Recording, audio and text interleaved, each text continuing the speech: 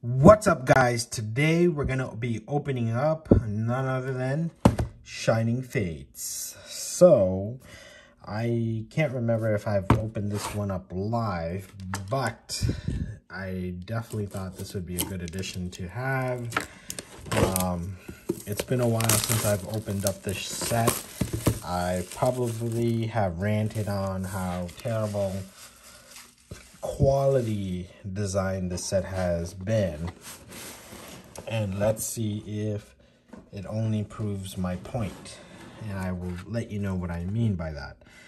So Shining Fates is loaded with amazing cards. I mean, you can't beat this Ditto V Max, this Ditto V. I mean, there's just beautiful looking cards in this set, and none other than this guy, Charizard V Max. I have yet to pull Charizard V Max from Shining Fates. It's just, I don't know how many packs I've opened up, and I still have yet not pulled it. I have pulled just about every card in this set, a good chunk of it, but I have not pulled the Charizard V Max. So let's get to it, and let me show you guys what this ETB comes with. If you guys don't already know, your typical trade card game rules. I'm not going to go through that, obviously. I used to play competitively way back in the days during base set era. So and it's organized as such, very nicely organized, but it's been a while since I've actually opened up, and I don't remember exactly. Oh, here it is, the EV V Max. So this is a very cool promo card that we get with it, and of course we get our Shining Fates booster packs. They are just amazing. I mean, just look at this. 2, 4, 6, 8, 10. And I'll tell you, I mean, I have opened over 30, not 30, that's an exaggeration. I've opened a good chunk of these ETBs, and I have not pulled what I've been looking for. The one thing that is disappointing about this set is I think this set was more or less rushed, and you guys can let me know what you think, but agree or disagree. But I think more or less this set was pretty rushed, and so the quality design on this set has suffered, and I'll show you on the shiny cards exactly what I mean. I was so joyous, I was so happy when the set first came out, guys. Like, I was very happy, but then when the quality, I looked at the shiny cards, they were nowhere near our counterpart Hidden Fate, Shining Legends. They just didn't have the same quality, and I felt it could have been with the pandemic. Everyone wanted to buy Pokemon, and this was one of the big sets. So I think what ended up happening is a lot of people, I think Pokemon Company, and I could be wrong, but when they designed the cards, they came back a little bit subpar, They just didn't have the same degree of quality run, if you will, on the cards. So there's a lot of edge wear on particularly the shiny cards. And I could be wrong, but just about every set I've opened up has been kind of like that. So let's see. Here it is, code card. 4 from the back to the front. Gym Trainer, Salky, Karamon, Qfan, Eevee, Buzel, Yanma, Trapnich. Oh, Eternatus V gold card. And we have our Luxray. Wow, we got a gold card. Very nice hit. Very nice hit. I believe I already have this, but I will take another. That is a very nice hit. Very cool. So, in my opinion, I am happy with that hit. Already, I can't complain anymore. I have to take it for what it's worth. And if we don't get the Charizard V Max, we don't get it. Because that card right there, the Eternatus V, is a great card to pull.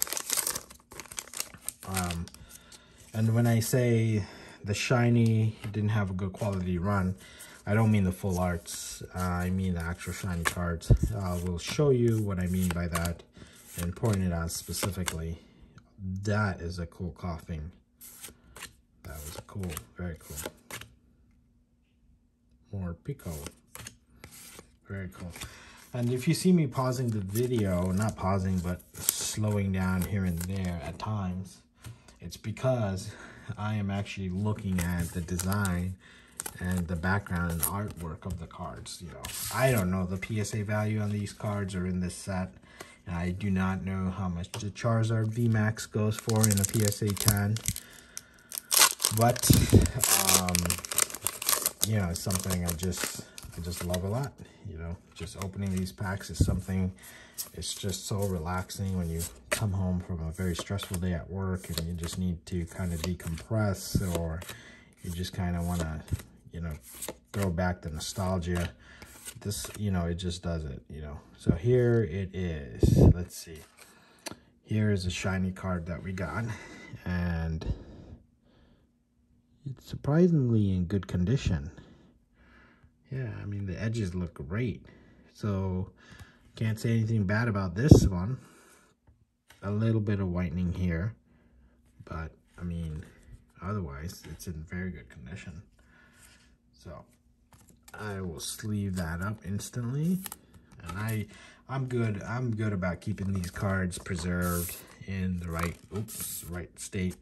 And this is the Frostmoth Hollow, which comes in this set as well, but nothing crazy. But here we go.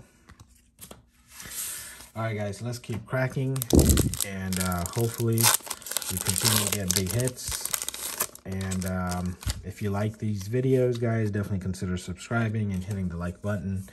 I try to put out contents now more so that I have free time, and kind of back into it again.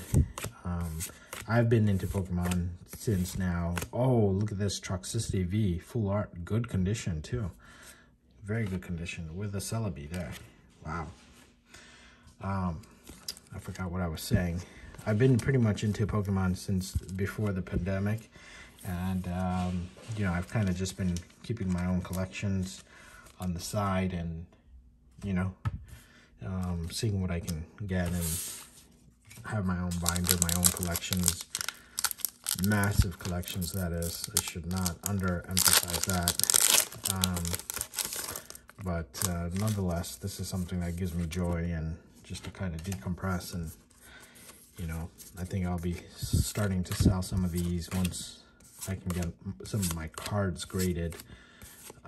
But you know, the way things are with the PSA and stuff, I am just not willing to pay the price and the premium of trying to get a card graded, because I think it's very hard, and then you have to factor in the shipping cost of the card if you ship it on eBay, and then you got to factor in the cost of sending it to PSA, getting the upcharge if it comes out to be a good card, and so forth. It's just, in my opinion, for the modern set, I think it could be a little risky, you know, financially, that is. So, you know, as a part of my own collection, sure, I'd love to do that.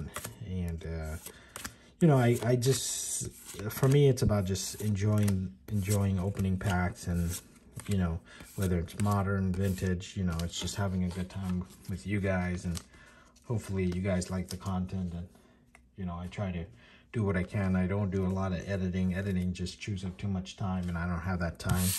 I work a full-time job outside of this stuff, you know, so I really can't afford that kind of stuff. But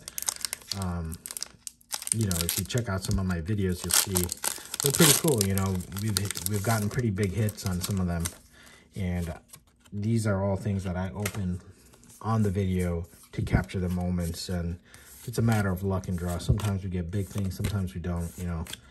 And it's all about just having fun, you know. Sometimes we have fun even when we don't get big hits, you know.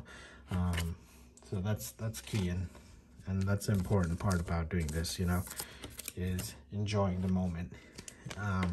I will say one of the things that does kind of throw me back about a lot of the YouTube contents on Pokemon is the prices, how everyone say PSA this, PSA that, PSA this, PSA that, worth this much. Kind of gets old, you know.